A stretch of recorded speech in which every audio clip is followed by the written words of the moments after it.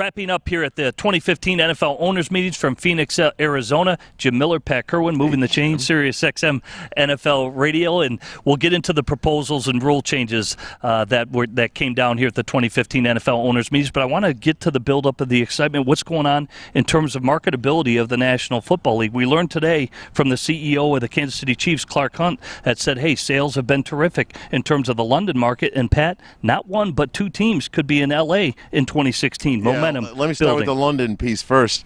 The most interesting thing he said to us, they're going to have 3 games, and they sold what I'd call a 3-game season ticket package. They have 40,000 people in London bought them. That's the next step is they're getting ready to put a team over there because they now are starting to believe they could sell an 8-game package. That was their biggest fear. They thought they were all one-time viewers, and they're not. They're looking for season tickets. In regards to L.A., everyone I spoke to, and I'm sure everyone you spoke to, 2016, 2 teams in L.A. I think we know 2 of the 3 that are going to come. It's going to be San Diego or Oakland, and of course the Rams. So they're coming, and they also made it clear to us the stadium won't be ready, but that doesn't matter. I think it's the day after the last game in 2015. You're going to see the 2 teams heading out there, the announcement made, and the marketing and the building of a fan base right away. Well, it's pretty amazing. A 20-year hiatus from the L.A. market, and now in a span of a year and a half, stadium proposals and 2 teams potentially in 2016. You know, everyone likes to talk like all of a sudden the NFL got this figured out. They had it figured out the whole time.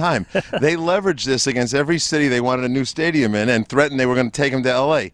When they finally got all the stadiums done, they're down to the teams that should go to L.A., and that's why they're heading there now. Well, in terms of the rules proposals, I think everybody assumed no-brainers passed in terms of the safety of the players on the field. The one I want you to get to that really will be new is the medical timeout that will be new in 2015. Yeah, and I did talk to the medical people that were part of the design for this. So here's what's going to happen. They're going to have a real spotter up in the booth. Now, typically in the past, they had like a high school athletic trainer. These are going to be very qualified trainers, either college trainers or former NFL trainers, and they're going to have them up there, and they're going to have a little button, and they're going to press it. If they don't think that game was stopped and they're curious that there could be someone that's injured, they want to talk about the Edelman case.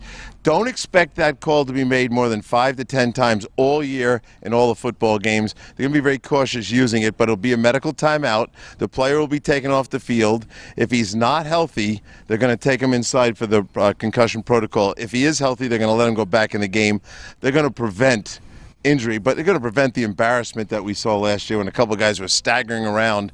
And the officials, by the way, are supposed to be able to see that too and stop it. This is a fail-safe. And in terms of the other rules proposals that passed overwhelmingly, more proposals on defenseless players that passed. The one that was probably the biggest one that was a no-brainer is really the chop block. It's where an offensive running back really cuts or takes out the knees or legs of the end man of the line of scrimmage on the defensive side of the ball. Younger generations of football, they grow up now in the new era of football where they haven't been taught that, so why shouldn't the NFL ban it as well? And it passed overwhelmingly. I hope they don't stop there, Jimmy. Right now, every player that's coming out of college didn't do it in high school, and they didn't do it in college, and now you're coming to the pro football ranks. Remember, we don't practice very much anymore, and we practice in shells. So these coaches spend all day yelling, stay high, and they never practice cut blocks during practice. So I'm glad to get rid of it. I'd like to get rid of all the low blocks. Well, it's been an exciting NFL Owners Meeting. It's been an exciting free agency. And Pat, now we turn the page. Do a lot of these teams now focus on the 2015 NFL draft? Well, free agency